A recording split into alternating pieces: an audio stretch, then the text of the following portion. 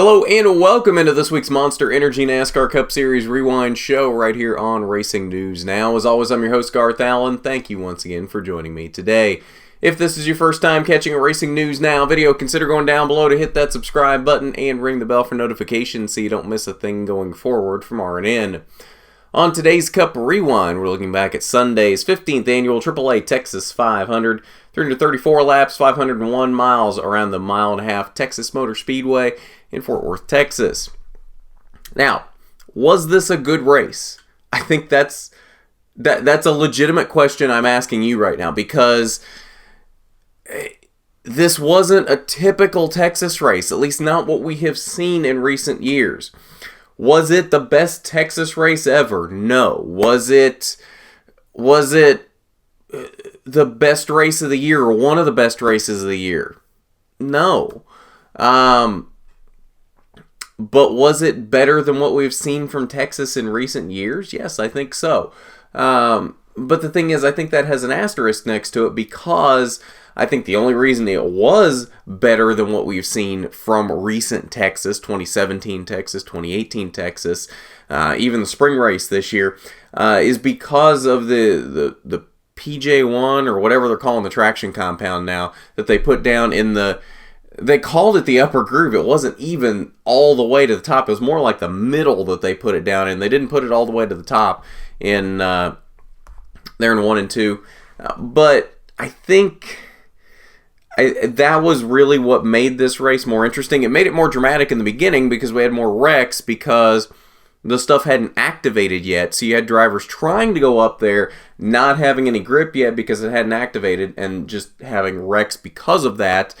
And then later in the race, it made the racing a little bit better because the stuff had activated, so you had a little bit more than one groove racing. So, yes, it was a better race. Don't get me wrong. This was a pretty good race, but I think it was a little bit artificial. You take away the PJ1, we have the same race we've had in recent years at Texas. We have a one groove race around the bottom that's extremely aero dependent for the most part, and you don't get much happening outside of restarts, which the restarts were pretty exciting, but that's what we've come to expect from this package. Usually, when the pack gets strung out, not much happening. We had a little bit more happening in this race than normal, though. 11 caution flags in this race, total of 56 laps. More cautions than I think we expected in this race. Most of those coming in the beginning, though. Again, a lot of these being wrecks that happened because drivers try to dip their tires up into upper grooves, trying to get that grip to work, and it hadn't quite activated yet, so there just wasn't any grip there yet. First caution at lap 10 came for Chase Elliott, wrecking in turn 2. Chase Elliott came into this race in more or less a must-win situation, came in 44 points below the cut line.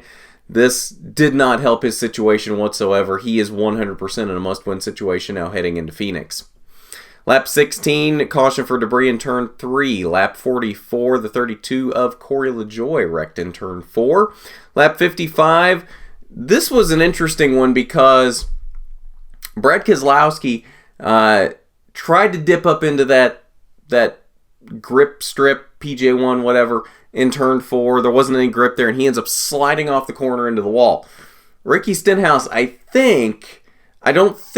it almost looked like Stenhouse did the same exact thing at the same exact point, but I think what it was Stenhouse was kind of reacting to what he was seeing in front of him from Keselowski and misjudged it and ends up wrecking himself into the back of Keselowski. Very weird wreck, but did end up taking both Keselowski and Stenhouse out of this race.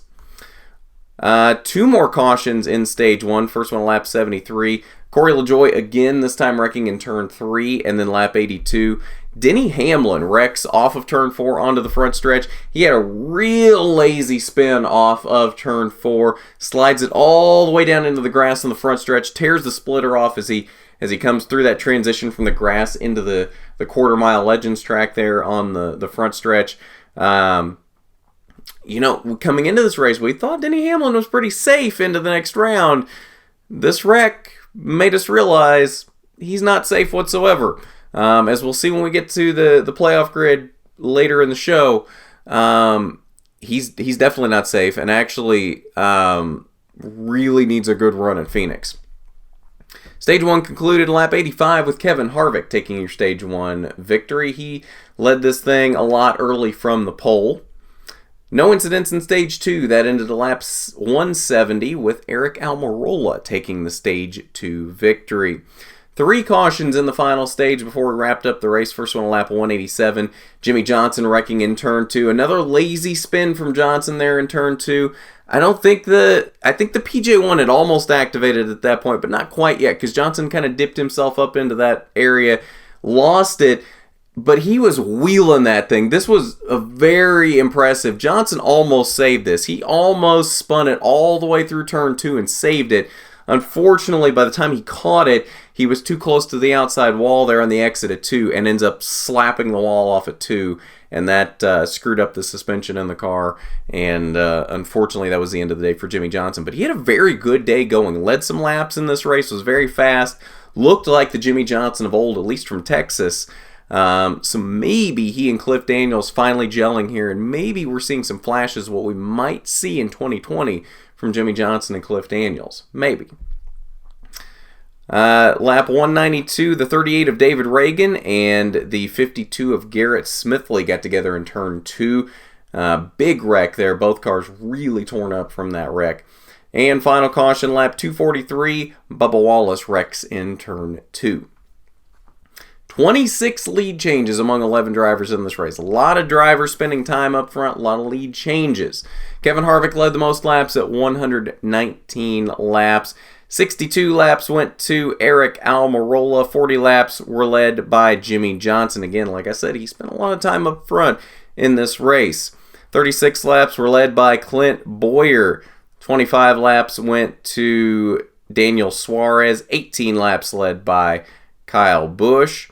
11 laps went to Alex Bowman. 9 laps led by Erik Jones. 8 laps went to William Byron. 5 laps led by Joey Logano, and 1 lap went to Kurt Busch. All right, so on to your results from this race. Like we mentioned, Kevin Harvick started from the pole, led the most laps, won the first stage. Aric Almirola led a lot of laps. He won stage number 2. Jimmie Johnson led a lot of laps, but again, he got caught up in that incident in stage 3. Really wasn't a factor at the end of the race. Clint Bowyer led a lot of laps in this race. Daniel Suarez led a lot of laps in this race. All 4 Stewart-Haas cars very fast in this race. Other drivers spending a lot of time up front. Joey Logano spent a lot of time up there. Kyle Larson was a factor for a lot of the day. William Byron. A lot of drivers spending time around the front today, but who would come out on top in Texas? Would it be someone that would lock their way into the championship 4 in a couple weeks in Homestead, Miami? And yes, it would be. It would be Kevin Harvick winning his 3rd straight race in the fall at Texas. Picking up the victory here, his 4th win of the season. 49th career Cup Series victory, tying his team owner Tony Stewart on the all-time wins list. Big win for Kevin Harvick. Kind of just having that dominance that he's had a lot at Texas, especially in the fall race of late.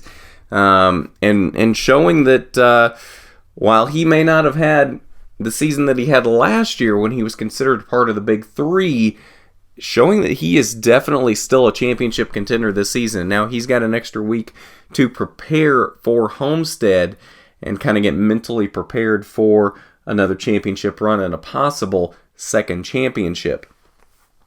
Aric Almirola came home in the 2nd position. Daniel Suarez put that 41 car in 3rd in this race for a Stewart-Haas Racing 1-2-3 finish. Joey Logano in 4th, and Alex Bowman rounded out the top 5. Rest of your top 10, Martin Truex, Kyle Busch, Ryan Blaney, Kurt Busch, and Erik Jones. 11th through 20th. 4th Stewart-Haas car down here in 11th was Clint Bowyer. Kyle Larson had a very fast car all day. 3rd in the first stage, 4th in the second stage. So he picked up some stage points. Unfortunately, faded late and wasn't able to finish up there where he'd been running all day. Still a good points day for him nonetheless. Came home in the 12th position. Put himself in a pretty good position points-wise heading into Phoenix. He's still below the cut line, but not near as far below as he was coming into this race, and has a much better shot at Phoenix to make the championship for than he did coming into this race. William Byron, also a good day for him. He ran up front a lot in this race, only led 8 laps, but did have a fast car, especially there in the second stage of this race. Unfortunately, not able to finish it off. He came home in 17th.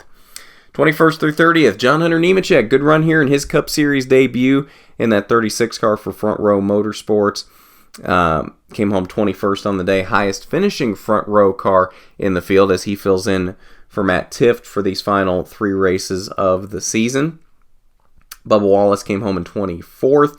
Denny Hamlin down here after his incident there in the middle of the race. Not the day he was looking for, 28th on the day. And like I said when we were talking earlier in the show, I think a lot of us thought he was pretty safe coming into this race. I mean, obviously wasn't locked in by any means on points, but had a pretty good cushion coming into this race. 28th place finish pretty much erased that for him. So as we'll see when we get to the playoff grid, Denny Hamlin's not in a good spot going into Phoenix. Not near as good of a spot as I think we thought he was going to be. And it's going to take some work out of him to get out of Phoenix and still make that championship 4. Not impossible. It's going to take some work, though. Final page, 31st through 40th. Chase Elliott down here. Again, 32nd for him. Lowest finishing playoff driver in the field, or driver left in the playoffs at least. This definitely puts him in a must-win situation. No question about it. After coming into this race 44 back and then finishing 32nd, yeah, he's in a must-win situation for Phoenix. Would it surprise me to see Chase win at Phoenix and punch his ticket into the championship 4? No, not a bit. But that's the situation we're in here. There is no mathematical way for him to make it into that next round at this point. He has to win at Phoenix if he's going to make the championship 4. Jimmy Johnson, after his good run, came home in the 34th position. And down here at the bottom, Brad Keselowski in 39th and Ricky Stenhouse in 40th.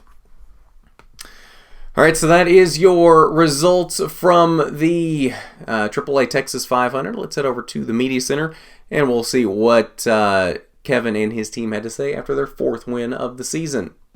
Yeah, I mean, obviously that's a big deal to us. I mean, it's it's a scenario that it takes a lot of pressure off next week. I mean, there's a lot of guys that are all lumped together there that are going to be fighting for 2 spots. So, there's a ton of pressure for those guys, and the next 7 days is not going to be a fun 7 days, for those guys preparing for it. But, gives Rodney a little bit of a breather, gives Kevin a little bit of a breather to go out and doesn't mean next weekend you don't work hard. I mean, you stay the course. I mean, he'll tell you he's going to work just as hard next week as he is for Homestead. So you got to keep that momentum going. And but the nice thing is, it does take that edge off, I guess.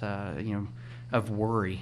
It takes that out of the equation going into next weekend. So it's big for the organization. Obviously it's the goal of the company every year to be in that position where you're going to take at least one car to Homestead to race for a championship. So this is one of those tracks, and Phoenix next week is one that they're kind of Kevin and Rodney's playground, so to speak. So or have been historically. So that these are good opportunities. You hate to have to rely on Phoenix to get you in that position, but to be able to knock it out like they did today and do it in such a dominant fashion, I mean, that's the kind of day that sets a statement to the competition that we feel like our team's peaking at the right time and getting ready for the end of the year. Yeah, I mean, I think the biggest thing was we had a great car off the truck. We didn't have to chase anything during practice. We didn't have to change anything on our setup or anything like that, and we were able to just work on the little things during the weekend.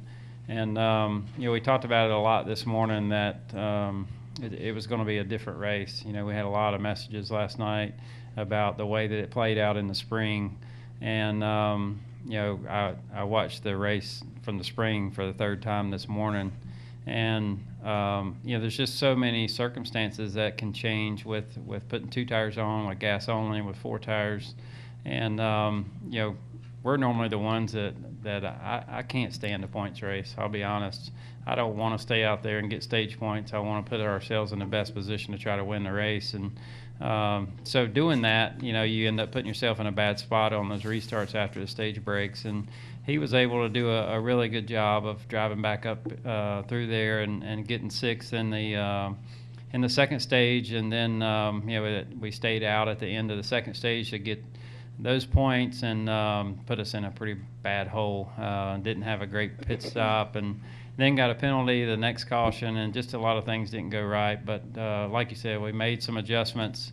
And honestly, I think just being able to put tires on that one time when those other guys had 2 or 3 cycles on their tires ended up being a bigger deal than what we ever thought.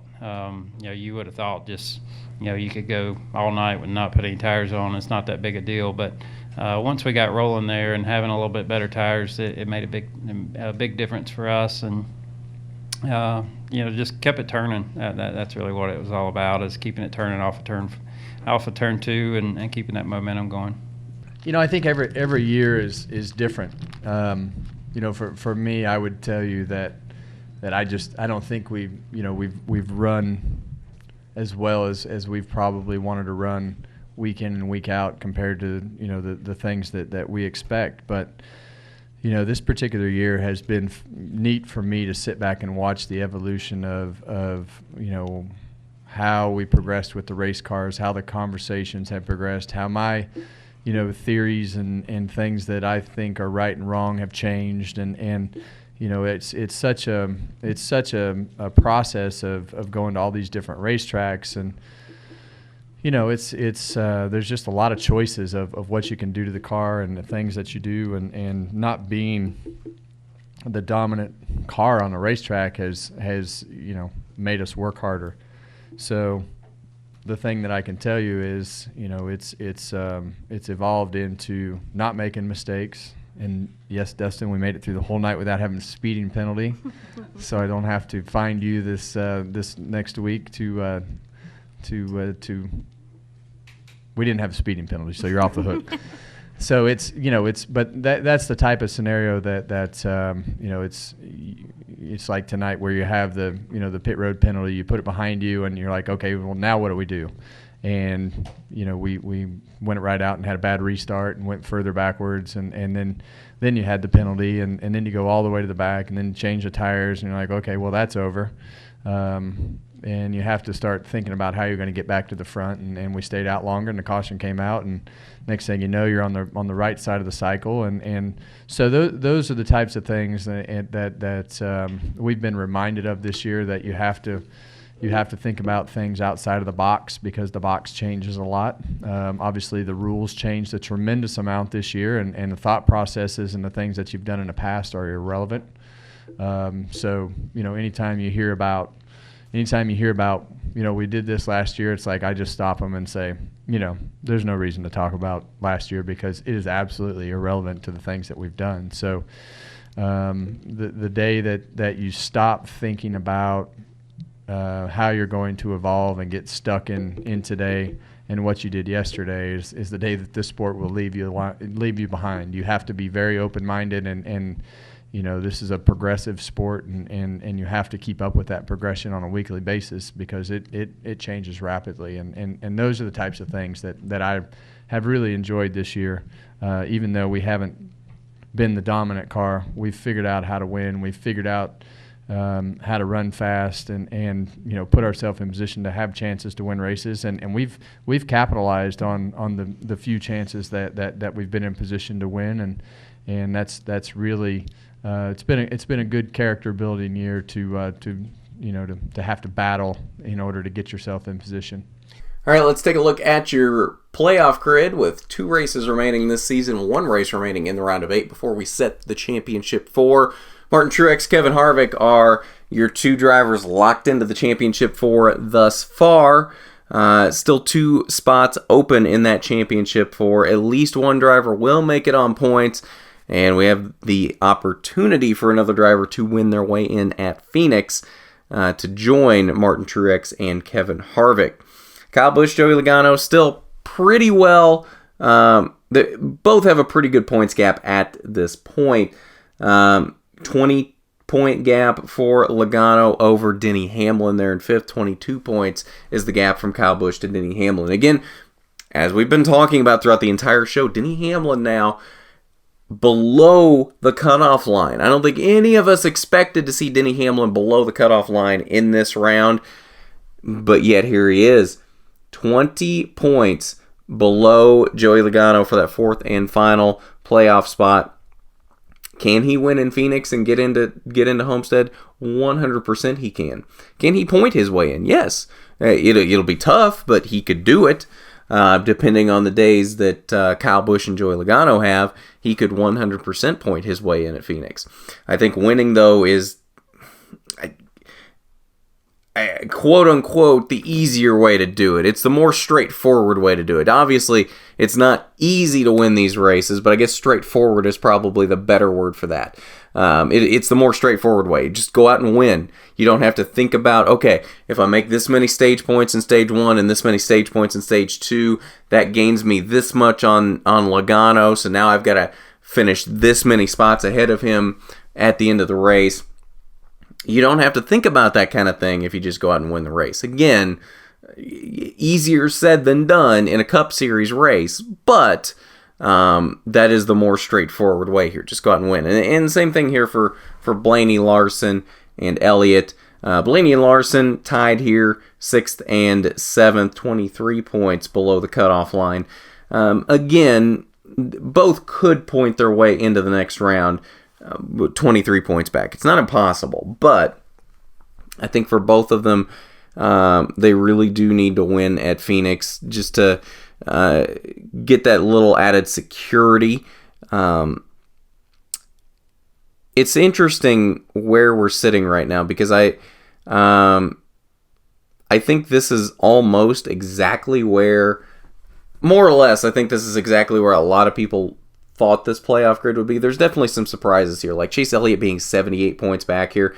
That is a huge surprise to see him in 8th, 78 points back, headed into Phoenix.